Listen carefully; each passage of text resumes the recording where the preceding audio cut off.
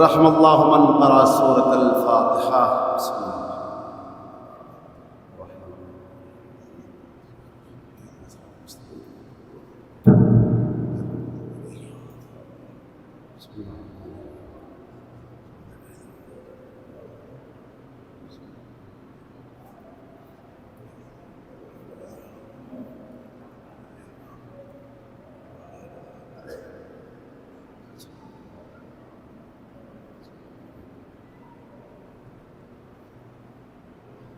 ما شاء اللہ لا حول ولا قوة الا باللہ العلی العظیم. حسبنا اللہ ونعم الوکیل نعم المولا ونعم النصیر. اعوذ باللہ من الشیطان الرجیم. بسم اللہ الرحمن الرحیم. الحمد للہ الذی لا یبلغ مدحتہ القائلون ولا يحصي نعماءه الآتون ولا يؤدي حقه المجتهدون الذي لا يدركه بعد الهمم ولا يناله غوص الفتن الذي ليس لصفته حد محدود ولا نعت موجود ولا وقت معدود ولا أجل ممدود. فطر الخلائق بقدرته ونشر الرياح برحمته وابتدى بالصخور ميدان أرضه جلت عظمته.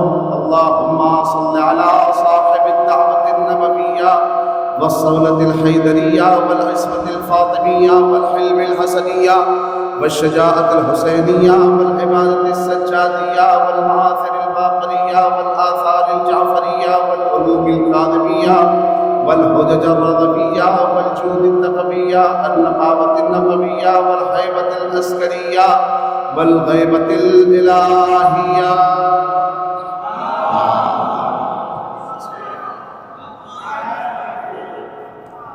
اما بعد فقد قال اللہ تبارک و تعالی فی القرآن الکریم وقوله الحق وهو اصدق القائلین. بسم اللہ الرحمن الرحیم. انا اعطیناک الکوثر فصل لربک وانحر ان شانئک هو الابتر. صلوات اللہ محمد.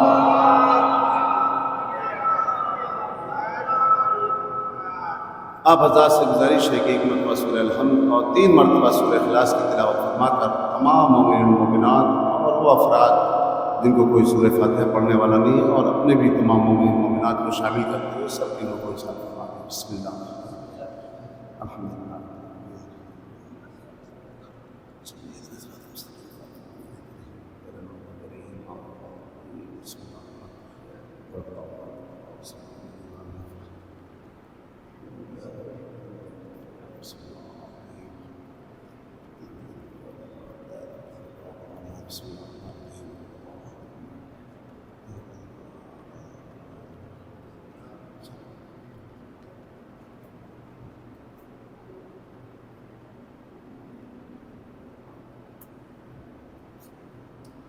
ایام فاطمیہ چونکہ چل رہا ہے اس وجہ سے قطع جناب ہم بھی چاہتے ہیں اپنے حصے کا آپ حضرات کے سامنے پڑھ دیں.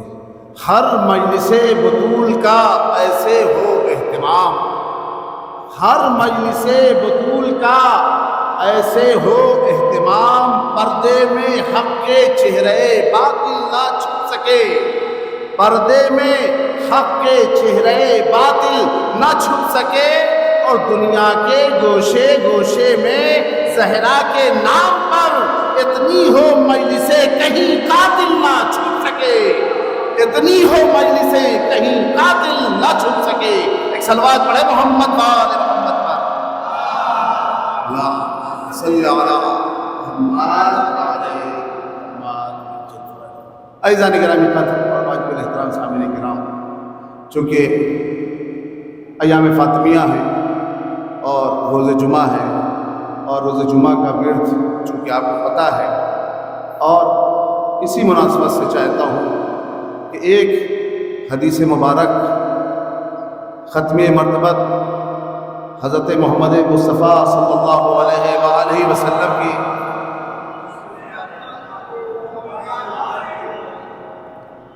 آپ حضرات کے سامنے پیش کروں اور اس کے بعد اپنے سلسلے بیان کو آگے جاری و ساری رکھوں.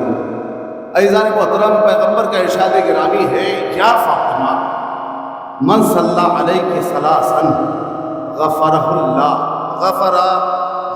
اللہ، اے فاطمہ جو تمہاری ذات کے اوپر، نہیں کہہ رہے پیغمبر میرے اوپر، میری حال کے اوپر، شہزادی کی ذات کو مخصوص کر رہے ہیں اور کہہ رہے ہیں یا فاطمہ من صلی علیہ غفرہ اللہ، اللہ تعالیٰ اسے جو 3 مرتبہ تم پر صلوات بھیجے گا، اللہ تعالیٰ اس کے تمام گناہوں کو معاف کر دے گا، اور اس کے بعد دوسرا صلہ اللہ تعالیٰ یہ دے گا، پیغمبر فرما رہے ہیں وَأَلْحَقَهُ بِي حَيْثُ كُنتُ فِي الْجَنَّةِ، اور اسے میرے ساتھ جنت میں ملحق کرے گا جس جگہ پہ میرا مقام ہوگا۔ تو عزیزان محترم، اب ظاہر سی بات ہے ایسی حدیث سننے کے بعد آپ کو 3 صلوات شہزادی کے نام پر پڑھنے کا حق تو بنتا ہی ہے۔ ایک صلوات پڑھے محمد وعلى محمد پر، صلی اللہ محمد وعلى محمد، لا صلی اللہ محمد لا صلی اللہ محمد۔ دیکھیے کبھی کبھی جو ہے نا، جب سبق پرانا ہو جاتا ہے تو کہیں کہیں دہرانا پڑتا ہے۔ یہ اور بات ہے اونچی کلاس میں آ جاتے ہیں تو پرانا سبق کیا ہے بھول جاتے ہیں۔ میں نے پہلے ہی کہا کہ آج کا ذکر اور ورد آپ کسی بھی عالم دین سے پوچھیں تو وہ کہے گا صلوات ہے، لیکن عام صلوات الگ ہوتی ہے، مجلس کی صلوات الگ ہوتی ہے، اور جمعے کے دن کی صلوات جو ہمارے اور آپ کے وقت کے امام سے منسوب ہے۔ تو اب جب بھی صلوات پڑھیں وعجل فرجہم کے ساتھ صلوات پڑھیں۔ ایک صلوات پڑھ لیں محمد وعلى محمد وعلى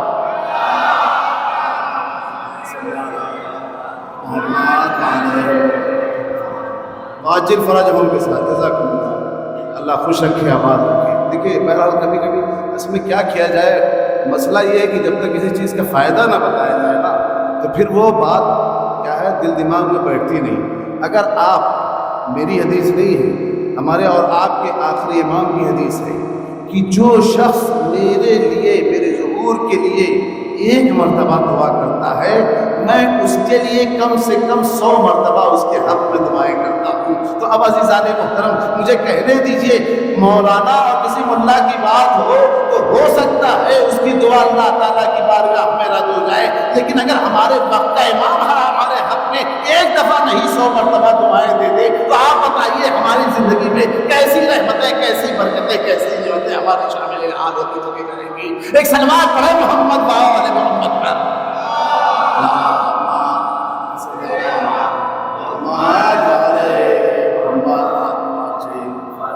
جزاکم اللہ۔ عزیزان محترم یاد رکھیں، اور یہیں پہ جب میں یہ حدیث پڑھ رہا تھا تو میرے دماغ میں ایک بات آئی کہ یہ ریزن کیا ہے، فلسفہ کیا ہے جو روایتوں میں کہا گیا ہے جو اول و آخر 3 مرتبہ صلوات پڑھے گا، بہت توجہ چاہ رہا ہوں، اللہ تعالیٰ اپنی بارگاہ میں وہ دعا ضرور قبول فرمائے گا۔ جب یہ حدیث میں نے پڑھی تو سمجھ میں آیا در حقیقت یہ ہے کہ جو شخص بھی اپنی دعا میں بی بی کو اپنا وسیلہ بنا لے گا تو ہو سکتا ہے اللہ تعالیٰ غیرے نتھو غیرے کا وسیلہ تو رکھنے دے، لیکن جب بی بی اور ان کی اولاد کا ذکر ہوگا، محمد وعلى محمد و درود کا ذکر ہونے کے بعد کوئی دعا اللہ تعالیٰ کی بارگاہ میں مانگی جائے گی تو اللہ تعالیٰ اسے ضرور قبول فرمائے گا۔ ایک اور صلوات پڑھے محمد وعلى محمد پر، صلی اللہ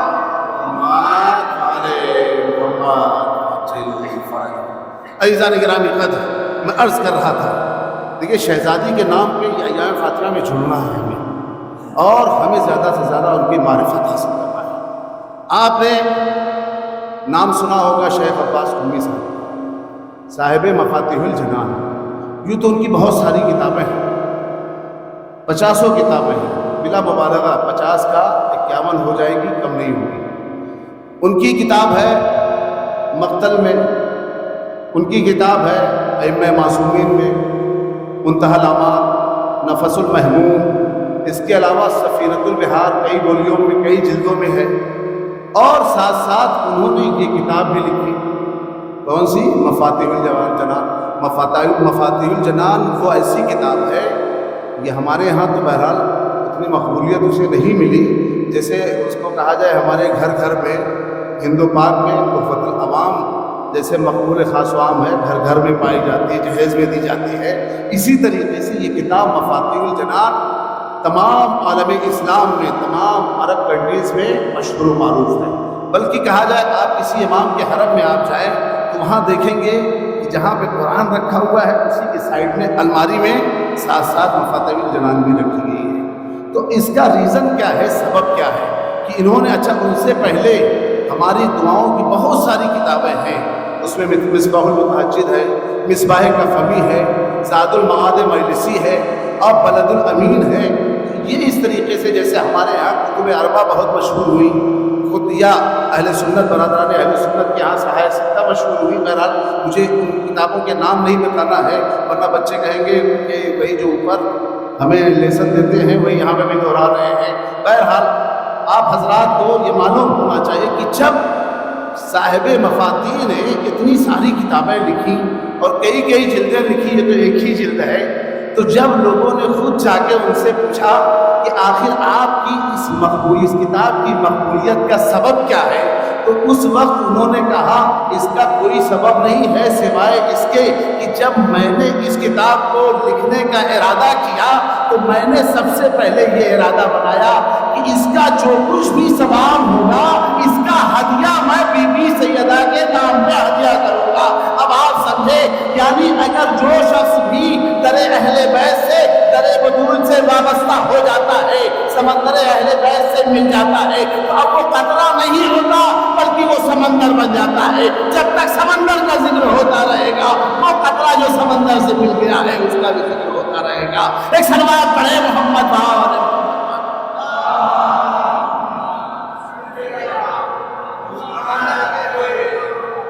عزیزان محترم۔ ہمارے یہاں جیسے ہوتا ہے، جب ابھی تو الحمدللہ موسم اچھا چل رہا ہے، موسم کیا ہے نارمل ہو گیا ہے، کلائمیٹ اچھا ہو گیا ہے، جب لوگ زیادہ مریض ہوتے ہیں تو کیا کرتے ہیں، بوتل لے کے آتے ہیں، مولانا صاحب ذرا اس میں کیا کریں، پانی پھونکتے ہیں۔ ایسے شیخ عباس قمی صاحب کے پاس ایک شخص آیا ایک گلاس میں پانی لے کے، اور اس نے نہیں کہا مولانا صاحب پھونک دیجیے، کہا مولانا صاحب آپ ایک کام کیجئے کہ اس میں سے کچھ آپ پی لیجئے اور پینے کے بعد بقیہ مجھے دے دیجئے، تاکہ آپ کے دہن مبارک سے جو لب اور یہ گلاس پہ لگے ہیں اس کی برکت سے اللہ تعالیٰ مجھے شفا یاب فرما دے۔ تو آپ ان کا تواضع اور انکساری دیکھیے۔ تو شیخ عباس قمی فرماتے ہیں کہ اے مرد مومن، دیکھ اس زبان نے بڑا گناہ کیا ہے، لیکن یہ جو میری انگلیاں ہیں نا اس پہ مجھے بڑا اعتبار ہے، بڑا بھروسہ ہے۔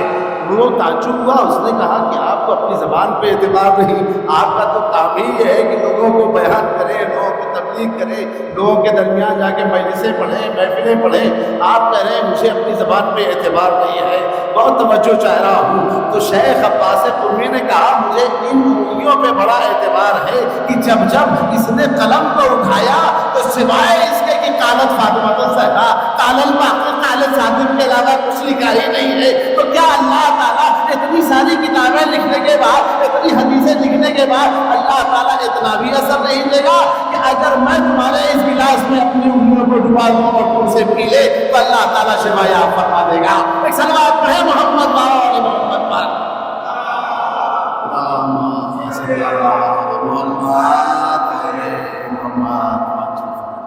تو آپ مولانا پر اچھا دیکھیے ایسے نہیں ہے، برادران اہل سنت کے امام ہیں امام احمد ابن حنبل، وہ کہتے ہیں حدیث سلسلۃ الذہب، بات آ گئی تو نقل کر رہا ہوں، حدیث سلسلۃ الذہب، لا الہ الا اللہ حسنی فمن دخل حسنی امن من عذابی، یعنی لا الہ الا اللہ میرا قلعہ ہے، محکم قلعہ ہے، جو اس میں داخل ہو گیا وہ میرے عذاب سے امان پا گیا۔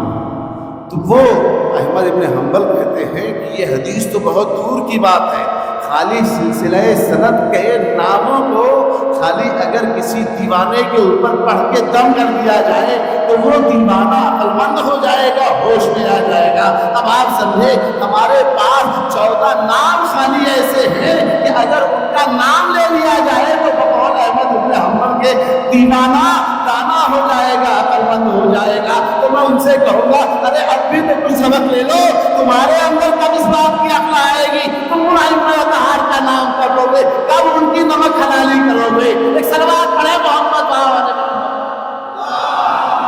اللہم صلی علی محمد وعلی محمد۔ دیکھیے میں نے کہا ایام فاطمیہ اسے ہمیں سمجھنا ہے، اور اپنے بچوں اور نوجوانوں بزرگوں سے بہرحال معافی کے ساتھ، بزرگ ہم سے بہتر جانتے ہیں۔ تو عزیزان محترم، آپ نے ملاحظہ فرمایا، اور یہی وجہ ہے کہ پیغمبر نے فرمایا کہ مداد العلماء افضل من دماء الشہداء، کہ علماء کے قلم کی سیاہی شہداء کے خون سے کہیں بدرجہ افضل ہے۔ اس کی وجہ یہ ہے کہ شہید راہ خدا میں شہید ہو کر اپنی نجات کا سامان فراہم کرتا ہے، لیکن جب علماء اپنے ہاتھوں میں قلم لے کر چلاتے ہیں، کتابیں لکھتے ہیں اور کتابیں تالیف کرتے ہیں، تو پھر وہ اپنی نجات کا صرف سامان نہیں فراہم کرتے بلکہ پوری قوم اور پوری ملت کو سرمایہ نجات عطا کر دیتے ہیں۔ ایک اور صلوات پڑھ لیں محمد وآل محمد پر۔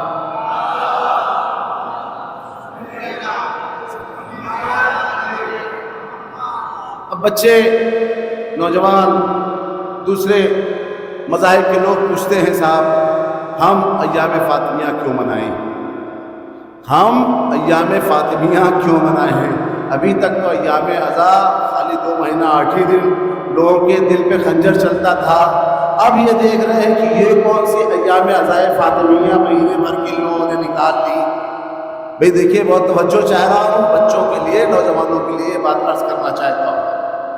یہ سوال ہمیشہ ریپیٹ ہوتا ہے، تکرار ہوتا ہے، تو چاہتا ہوں آپ حضرات کے سامنے اس کا جواب دیتے ہوئے اپنے بیانات کو آگے بڑھاؤں۔ تو عزیزان محترم، آپ ملاحظہ فرمائیں کہ ہمارے استاد اللہ انہیں سلامت رکھے، طول عمر دے، حضرت آیت اللہ وحید خراسانی حفظ اللہ ارشاد فرماتے ہیں کہ جو شخص یہ چاہتا ہے کہ اس کی شب اول قبر یعنی مرنے کی پہلی رات مولا علی اس کے سرحانے آئیں اور اس کی مدد کریں، تو اسے چاہیے کہ مولا علی کی زوجہ کی مظلومیت کو لوگوں کے سامنے بیان کرے اور ان کی شہادت کو اجاگر کرے۔ تو اس طریقے سے ایام فاطمیہ کی عمومیت اور شمولیت اور لوگوں کے اذہان پہ چھا جائے گی۔ اور اسی طریقے سے آپ ملاحظہ فرمائیں اور دیکھیں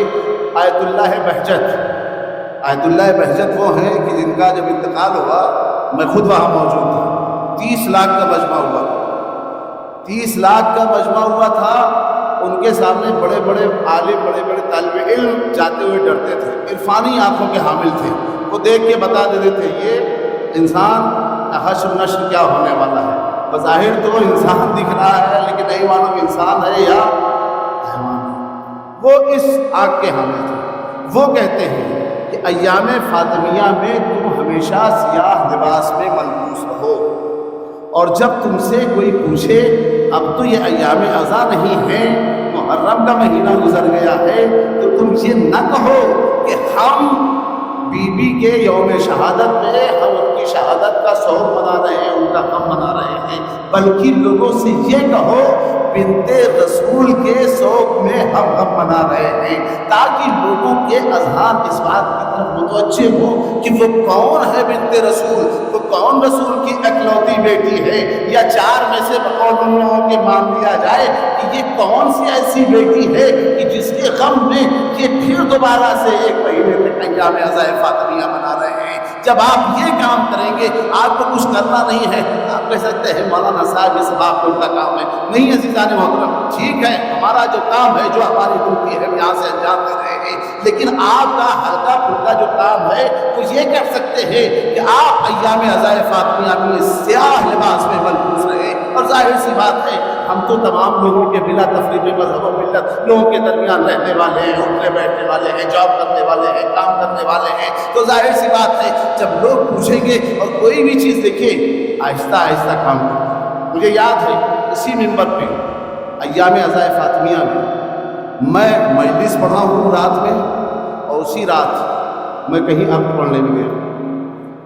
اپنی بات کر رہا ہوں، اپنے مذہب کی بات کر رہا ہوں، لیکن ظاہر ہے پہلے یہ باتیں نہیں تھی، لوگ معلوم نہیں تھا، لیکن اب تو کم سے کم لوگوں کو معلوم ہو رہا ہے اور اس بات کی طرف توجہ اور زور دلایا جا رہا ہے کہ اس چیز کو آپ اہمیت دیں۔ ظاہر سی بات ہے جب آپ اہمیت، اور آپ یہ نہ سوچئے میرے ایک اکیلے آدمی سے کیا ہوتا ہے، نہیں، آپ کے ایک اکیلے آدمی سے بہت کچھ ہو سکتا ہے، لیکن اگر آپ خلوص اور محبت میں خالی آپ سیاہ لباس پہنیں گے تو یقین جانیں شاید وہی شہزادی کی شفاعت کا سبب بن جائیں۔ ایک صلوات پڑھ لیں محمد وآل محمد پر۔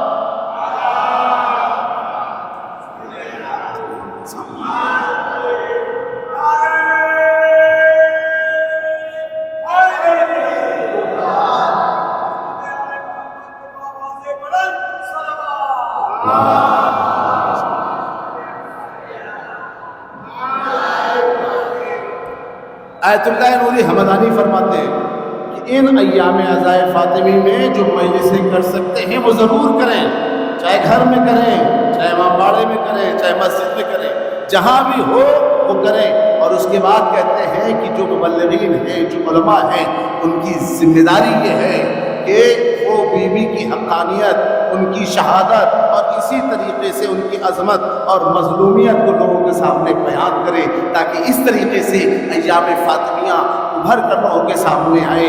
کیوں؟ اس لیے کہ وہ پھر فرماتے ہیں اس کی وجہ یہ ہے کہ یہ ائمہ اہل بیت سے ایام فاطمیہ ہمیں ملا ہے اور ہمارے بزرگ علماء نے اس بات کا اہتمام کیا ہے اور اس کی طرف توجہ دلائی ہے۔ اور ایران کے سپریم لیڈر آیت اللہ العظمیٰ سید علی خامنئی صاحب فرماتے ہیں کہ ہمیں ایام فاطمیہ کو عاشور کی طرح منانا چاہیے، اور یاد رکھیں کہ میں ہوں، ضرور لیڈر ہوں، ایران کا سپریم لیڈر ہوں، میری تقلید ہو رہی ہے، لیکن یاد رکھیں کہ میں اپنی پورے سال بھر کی حاجتوں کو ایام فاطمیہ میں پورا کرواتا ہوں۔ تو عزیزان محترم، آپ کو کہیں غیر نتو خیرے کے پاس آنے کی ضرورت نہیں ہے۔ جب اللہ نے ہمیں 14 ایسے وسیلے دیے ہیں کہ اگر ہم ان کے دامن سے وابستہ ہو جائیں تو ہماری کشتی نجات یہاں بھی پار ہو جائے گی اور وہاں بھی پار ہو جائے گی۔ ایک اور صلوات پڑھ لے محمد وآل محمد پر۔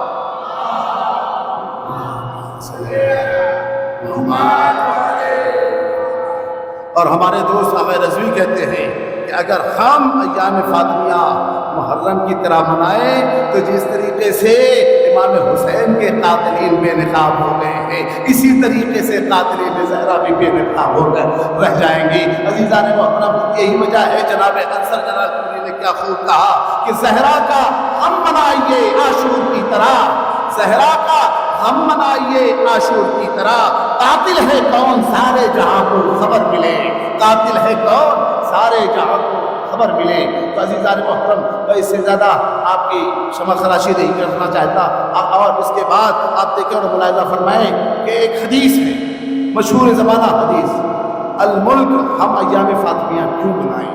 الملک یبقی مع الکفر ولا یبقی مع الظلم، کوئی بھی ملک ہو وہ کفر کے ساتھ تو باقی رہ سکتا ہے، لیکن یاد رکھیں کوئی بھی ظلم و ستم کے ساتھ کوئی بھی حکومت چند دنوں تو چل سکتی ہے لیکن زیادہ دنوں تک پائیدار نہیں رہ سکتی۔ اور اس کی وجہ ہے، آپ دیکھیں اور ملاحظہ فرمائیں کہ آپ دیکھیں لیبی میں کیا ہوا، معمر قذافی تھا نہیں تھا، عراق میں صدام تھا یا نہیں تھا، اسی طریقے سے آپ مصر میں دیکھیں حسنی مبارک تھا یا نہیں تھا، کتنی بڑی بڑی حکومتیں کتنے دن تک چلے، لیکن چونکہ ان کی بیساکھی اور ان کی حکومتوں کے پیلر اس پہ استوار تھے، ظلم و ستم پر استوار تھے، لیکن چند دن چلی اس کے بعد ختم ہو گئی۔ اسی طریقے سے ایام فاطمیہ کا ایک میسج یہ بھی ہے، یاد رکھو جنہوں نے خلافت علویہ کو ہڑپ لیا ہے، غصب کر لیا ہے، وہ کچھ دن تک تو لیے 25 سال تک، لیکن یاد رکھو آج تک بھی ان کی اور ان کی اولاد کی حکومت لوگوں کو دلوں پر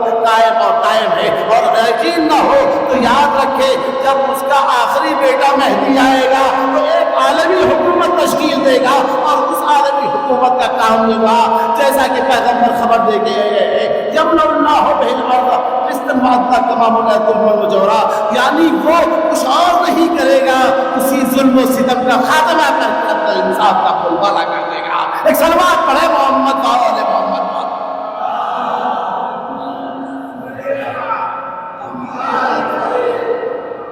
ہم ایام فاطمیہ کیوں منائیں؟ سوال یہ ہے تو عزیزان محترم سن 40 ہجری ہے، مولا کے سر پہ ضربت لگی ہے، اور آپ کو پتہ ہے کہ وہ ہمارے اور آپ کے مسائل نہیں پڑھ رہا ہوں، لیکن ان کی ایک وصیت کا فقرہ پڑھنا چاہتا ہوں۔ امام فرماتے ہیں اپنے بیٹے حسن اور حسین کو خطاب کر کے، اوصیکما وجمیع ولدی وحالی ومن بلغہ کتابی کونا للظالم خصما وللمظلوم اونا۔ اے میرے بیٹے حسن حسین، میں تمہیں وصیت کرتا ہوں، اوصیکما وجمیع ولدی، اور صرف تمہیں دونوں کو نہیں بلکہ اپنی تمام اولاد، مولا کے کتنی اولاد تھی؟ 18، تمام اولاد کو وصیت کرتا ہوں۔ اس کے بعد پھر آپ کو بھی شامل کیا، ومن بلغہ کتابی، اور جس تک میری یہ کتاب، یہ وصیت نامہ جس تک پہنچے، اس تک میرا پیغام یہ ہے، کونا للظالم خصما وللمظلوم اونا۔ یاد رکھو ہمیشہ تم مظلوم کے سپورٹر بن کے رہو، حمایت کرتے رہو، حامی بن کے رہو، اور ہمیشہ ظالم سے دشمنی رکھو، عداوت رکھو۔ یاد رکھو آج بھی ہم ایام فاطمیہ میں یہ میسج دینا چاہتے ہیں اور لوگوں کو یہ ثبوت دینا چاہتے ہیں، یاد رکھو کہ ہم اپنے باپ کی نیک اولادیں ہیں، بگڑی ہوئی اور نالائق اولادیں نہیں ہیں۔ ہم اس لیے ایام فاطمیہ میں یہ بتاتے ہیں کہ ہم ہمیشہ مظلوم کے سپورٹر رہے ہیں، ظالم کے خلاف رہے ہیں۔ اب ظاہر سی بات ہے، آپ خود فیصلہ کر لیجئے کہ آپ اپنے باپ کی وصیت پر عمل کر رہے ہیں اور اپنے نیک ہونے کا اور نیک اور صالح اولاد ہونے کا ثبوت دے رہے ہیں، یا اپنے بگڑی ہوئی اولاد کا ثبوت پیش کر رہے ہیں۔ ایک صلوات پڑھے محمد وآل محمد پر۔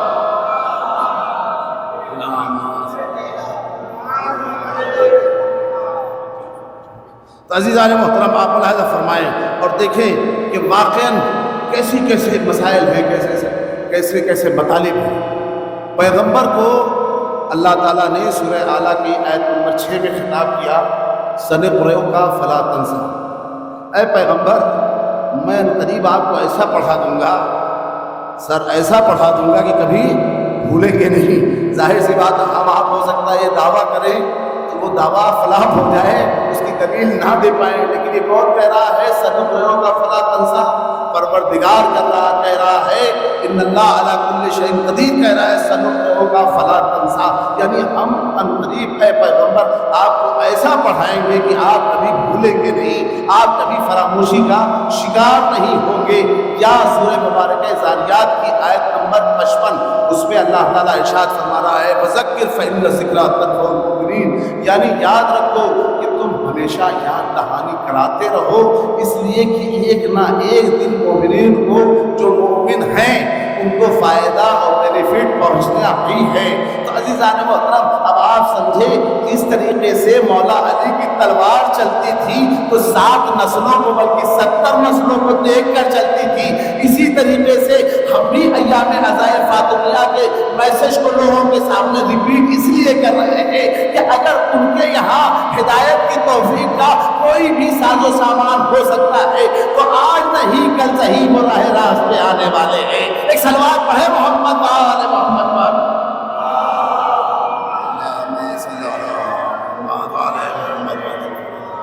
سوڈان کے ایک رائٹر ہیں سر، انہوں نے کہا بنور فاطمہ اہتدیت، کتاب لکھی کہ میں نے نور فاطمہ سے ہدایت پائی، اور ابھی اسی ایام فاطمیہ کی برکتیں دیکھیں آپ، مسجد اقصیٰ کا جو پیش امام ہے، آپ حضرات سنا ہوگا، اس وقت تو بہرحال سارے نوجوان ماشاءاللہ بچے جو ہے سب نیٹ کی دنیا سے کنیکٹ ہیں۔ آج بتائیے کیا ہوا، آج اس نے مسجد اقصیٰ، معمولی بات نہیں ہے، آپ دیکھیں اور ملاحظہ کریں کہ مسجد اقصیٰ بھی ایسی سچویشن میں، ایسے حالات میں اپنے شیعہ ہونے کا اعلان کر رہا ہے کہ میں نے آج سے مذہب شیعہ، مذہب فاطمی کو اختیار کر لیا۔ تو ظاہر سی بات ہے، آپ دیکھیے بس ہمیشہ لوگوں کے سامنے ایام فاطمیہ کے میسج کو پہنچاتے رہیے، ذکر کرتے رہیے، یاد دہانی کراتے رہیے۔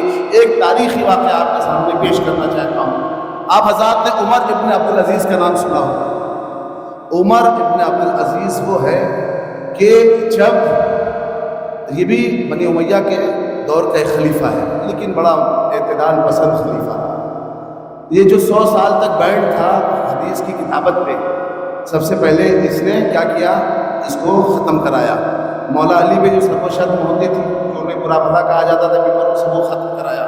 اور ایک کام سب سے پہلے جو آتے ہی کیا، اس نے جی فدق کو کیا کیا؟ اولاد فاطمہ کو واپس کیا۔ بہت توجہ چاہ رہا ہوں۔ اب لوگوں نے کہا کہ یہ تم کیا غلطی کر رہے ہو؟ ہمارے تو بزرگ باغ فدق لیے بیٹھے تھے، اب تم جو ہے عدل و انصاف کی اپنی حکومت قائم کرنا چاہتے ہو۔ تو اس وقت جب اس سے یہ کہا گیا تو اس نے کہا کیونکہ میں جانتا ہوں کہ یہ باغ فدق کس کا حق ہے؟ اولاد فاطمہ کا حق ہے، میں انہیں واپس کرنا چاہتا ہوں۔ تو لوگوں نے کہا اماں میاں چھوڑو، رات گئی بات گئی، اب پرانے قصے کہانی دہرانے کی کیا ضرورت ہے؟ کیا ضرورت ہے کہ تم باغ فدق کو اولاد زہرا کو واپس کرو؟ تو اس نے ایک بات کہی، علم تو و نسیتم، یعنی مجھے یہ بات اچھی طریقے سے یاد ہے، لیکن تم نے اس بات کو بھلا دیا ہے کہ پیغمبر نے اپنی بیٹی کو یہ باغ جو ہے ہبا کر دیا تھا، ہدیے کے طور پہ اپنی زندگی میں دے دیا تھا۔ تو اب ظاہر سی بات ہے جب یہ مجھے پتا ہے اور تم نے بھلا دیا ہے۔ اور اس کے بعد ایک اور تاریخی جملہ اس نے کہا، فذکر علمت وجہلتم فذکرت ونسیتم، اور مجھے اچھی طریقے سے یاد ہے مگر تم نے بھلا دیا، مجھے اچھی طریقے سے اس بات کا علم ہے لیکن تم اس بات سے جاہل ہو۔ لیکن آج میں تم لوگوں کو یہ بتانا چاہ رہا ہوں کہ یہ باغ فدق اولاد زہرا کا حق ہے، لہذا میں انہیں عطا کر رہا ہوں، دے رہا ہوں۔ تو عزیزان محترم، ظاہر سی بات ہے جب یہ باتیں ہم لوگوں کے سامنے بیان کریں گے تو پھر لوگ ایک مرتبہ تاریخ کا مطالعہ کریں گے، فرق گردانی کریں گے، اور اس کے بعد مذہب حق کو اس کو آ کے اس کے راستے پر قائم اور دائم ہوں گے، اس پہ گامزن ہوں گے۔ اور صرف یہی نہیں عزیزان محترم، آپ دیکھیں ابن ابی الحدید معتزلی، ابن ابی الحدید معتزلی شارح نہج البلاغہ، جس نے نہج البلاغہ کی 20 جلدوں میں شرح لکھی، ان کے ایک شاگرد نے جا کے پوچھا کہ یہ بتائیے کہ جب یہ 1 2 3 کو پتا تھا کہ یہ باغ فدق بی بی کا حق ہے، اولاد زہرا کا حق ہے، تو اسے واپس کیوں نہیں کیا؟ بہت توجہ چاہ رہا ہوں، میں اپنی بات نہیں نقل کر رہا ہوں، خود شارح نہج البلاغہ ابن ابی الحدید معتزلی کہتے ہیں، کہا بات اصل میں یہ ہے کہ انہیں ایسے ہی پتا تھا کہ یہ باغ فدق زہرا اور اولاد زہرا کا حق ہے، جیسے ابھی اس وقت ہم جانتے ہیں کہ اس وقت دن ہے، دھوپ نکلی ہوئی ہے، ان کو بھی خوب اچھی طریقے سے پتا تھا، روز روشن کی طرح پتا تھا، لیکن انہوں نے باغ فدق کو اس لیے واپس نہیں کیا کہ اگر آج اگر بی بی کو باغ فدق واپس کر دیں گے تو کل یہ بی بی دوبارہ آ کے ولایت علی کا بھی مطالبہ کریں گی، خلافت علی کی بھی دعوے دار ہو جائے گی۔ تو ظاہر سی بات ہے اگر ہم نے اس کو واپس کر دیا تو یہ ہماری غلطی کو بھی واپس کرنا پڑے گا۔ ایک صلوات پڑھے محمد وآل محمد پر۔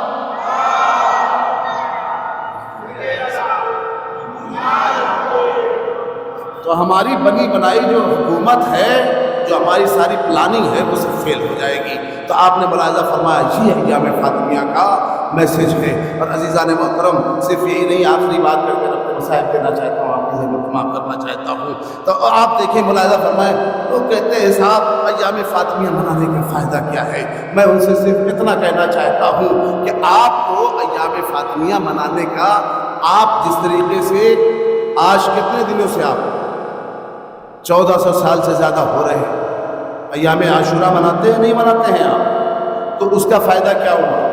اس کا فائدہ یہ ہوا آج جو بھی یزیدی فرقہ ہے، یزیدی لوگ ہیں، کوئی کہیں اس کا نام و نشان بتا سکتا ہے؟ نہیں۔ اس کی وجہ کیا ہے؟ کیونکہ آپ ہر سال ریپیٹ کرتے ہیں ایام عزا کو، اور اس کے بعد آپ یہ بتاتے ہیں کہ یاد رکھو کہ امام حسین علیہ السلام کے جتنے بھی قاتل ہیں وہ کبھی بھی اپنے کو چھپا نہیں سکتے۔ اسی طریقے سے ہم اگر ایام عزا فاطمیہ کو اسی طرح کنٹینیو مناتے رہیں گے، مسلسل مناتے رہیں گے، تو کبھی بھی قاتل زہرا اپنا چہرہ کہیں بھی کسی دنیا میں چھپا نہیں سکتے۔ ایک صلوات پڑھے محمد وآل محمد۔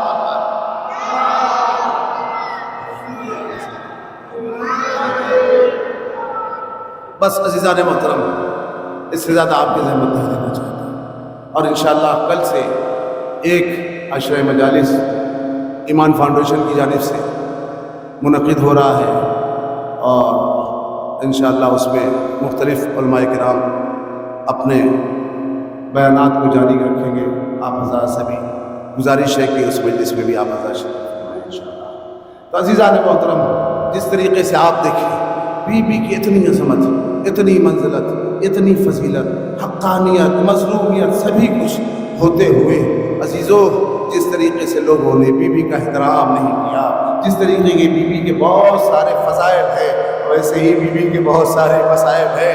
راوی ہے سکونی نام کا، وہ کہتا ہے کہ میں کافی دنوں کے بعد امام جعفر صادق علیہ السلام کی خدمت میں حاضر ہوا، سلام کیا، سلام کرنے کے بعد میرے مولا نے پوچھا اے سکونی کیا بات ہے، بہت دنوں بعد میرے دولت میں آئے ہو؟ تو وہ کہتا ہے مولا کچھ گھریلو مسائل تھے، اللہ نے مجھے بیٹی عطا کیا ہے، میں ان سب تمام مسائل میں گرفتار تھا۔ تو میرے مولا نے ایک مرتبہ پوچھا اے سکونی یہ بتاؤ تمہارے یہاں کیا ہوا ہے؟ تو اس نے کہا مولا مجھے اللہ نے بیٹی سے نوازا ہے۔ تو ایک مرتبہ میرے مولا نے کہا اے سکونی اس کا نام کیا رکھا ہے؟ وہ نام کا سننا تھا مولا طلب ہے۔ سکونی نے کہا میں نے اس کا نام فاطمہ رکھا ہے۔ ایک مرتبہ میرے مولا نے 3 مرتبہ کہنے کے بعد اپنے پیشانی پہ ہاتھ کو رکھا اور کہا اے سکونی یاد رکھو اگر تم نے اپنی بیٹی کا نام فاطمہ رکھا ہے تو کبھی اسے برا بھلا نہ کہنا، کبھی اسے لعنت ملامت، کبھی اسے جھڑکنا نہیں، اور یاد رکھو کبھی اسے مارنا نہیں۔ مجھے نہیں مانو میرے مولا یہ کیا فرمانا چاہتے؟ عجب نہیں آپ کو اپنی جدہ یاد آ گئی ہو۔ ارے میری جدہ کو دربار میں جھڑکا گیا، اور اسی طریقے سے میری جدہ کو تماشے مارے گئے، اور تلوار کے دستے سے بازو پہ مارا گیا۔ حضرت اللہ آزادار و مرتاد کہتے ہیں شہزادی کی شہادت کے بعد ایک شہادت ابھی آپ گزار چکے ہیں، 13 والی ہی ابھی 3 والی باقی ہے۔ مرتاد کہتے ہیں شہزادی کی شہادت کے 2 دن بعد ہم جیسے ہی ایک گلی میں مدینے کے جا رہے تھے، ہم نے دیکھا وہ 2 ملعون چلے آ رہے ہیں، اور مجھ سے کہتے اے مرتاد ارے کہاں جا رہے ہیں؟ چلو زہرا کے گھر چلتے ہیں، ان کو دفن و کفن کر کے آتے ہیں۔ تو مرتاد نے کہا ارے تم دونوں بڑی دیر سے آئے، ارے شہزادی کا دفن و کفن ہو چکا، بازار و غضب ہو گیا۔ جیسے ہی یہ سن رہا تھا ایک ملعون نے اتنا زوردار تماشا مرتاد کے چہرے پہ باندھا کہ مرتاد ڈرا کے زمین پہ گر گئے، اور اس کے بعد مرتاد جیسے ہی اٹھے اور کہا اے ملعون ارے تو نے مجھے مارا، ارے میں مرتبہ نے برداشت کر لیا، لیکن ذرا یہ بتا کیا تو نے اسی طریقے سے زوردار تماشا میری شہزادی کے رخساروں پہ مارا تھا؟ مجھے نہیں معلوم شہزادی نے کس طریقے سے اس تماشے کو برداشت کیا۔ یہی وجہ ہے زیادہ روایت بتاتی ہے ایک مرتبہ شہزادی زمین پہ جب گری تو اپنے بیٹے حسن سے کہا اے بیٹے حسن ارے ذرا اپنے ہاتھ سے مجھے سہارا دو، مجھے اٹھاؤ، میرا دامن تھامو اور مجھے گھر تک پہنچاؤ۔ حضرت قبل اللہ آزادار ایک آخری روایت ایام فاطمیہ ہے، اس لیے چاہتا ہوں مسائل میں کبھی نہ ہو سلمان ناقل ہے۔ ایک مرتبہ ہم لوگ شہزادی کے دفن و کفن کے بعد 1 ہفتے تک مولا علی نے مسجد میں آنا چھوڑ دیا تھا۔ ایک مرتبہ ہم لوگوں نے سوچا کہ چلو علی کے گھر پہ چلتے ہیں اور ان کو بلا کر مسجد میں لے کے آتے ہیں۔ آزادارو ایک مرتبہ جیسے ہی دروازے پہ سلمان پہنچے، ڈق الباب کیا اور اس کے بعد اندر سے آواز آئی کون؟ کام سلمان۔ آزادارو جناب سلمان سے مولا نے کہا اے سلمان ارے اس دروازے پہ ہم کیا اجازت مانگ رہے ہو؟ جنہیں اجازت مانگنا چاہیے تھا ان ملعونوں نے نہ اجازت مانگی بلکہ ادھر لانا دروازے کو اوپر چڑھ کر ہمارے گھر میں داخل ہو گئے، میرا محسن شہید ہو گیا۔ سلمان مولا کے پاس پہنچتے ہیں، دیکھتے ہیں مولا کی دیوزاری کر رہے ہیں، ایک مرتبہ میرے مولا سے کہا سلمان نے، اے مولا ارے ایک ہفتہ گزر گیا شہزادی کی شہادت کے بعد، آپ مسجد نہیں آئے، چلیے آج تو مسجد چلیے آزادارو۔ ایک مرتبہ میرے مولا نے ابا اڑی اور ابا اٹھ کے جیسے ہی دروازے پہ پہنچے، نہ جانے میرے مولا کو کیا یاد آیا، وہی بغش کھا کے آپ ہوش ہو گئے آزادار۔ اور اس کے بعد جب ہوش میں آئے ہیں تو کبھی اس طرف اشارہ کر رہے ہیں، کبھی اس طرف اشارہ کر رہے ہیں اور کہتے ہیں اے سلمان ارے دیکھو یہ وہی جگہ ہے جہاں پر بی بی سیدہ کے رخساروں پر ظالموں نے تماشا پر، یہ دیکھو وہ جگہ ہے جہاں پر بی بی سیدہ کو اس کے بازوؤں پر تلوار کے دستے سے مارا تھا۔ اکبر اللہ، دیکھو یہ وہ جگہ ہے سلمان جہاں پر میرا بیٹا محسن شہید کیا گیا۔ آزادار، دیکھو یہ وہ جگہ ہے جہاں پہ تمہاری بیوی کی پسلیاں توڑی گئی۔ اکبر اللہ، آزادار جناب سلمان کہتے ہیں ایک مرتبہ میں نے بیوی کی شہادت کے بعد نخلستان مدینہ میں نے دیکھا مولا علی کی روزاری میں مصروف ہے۔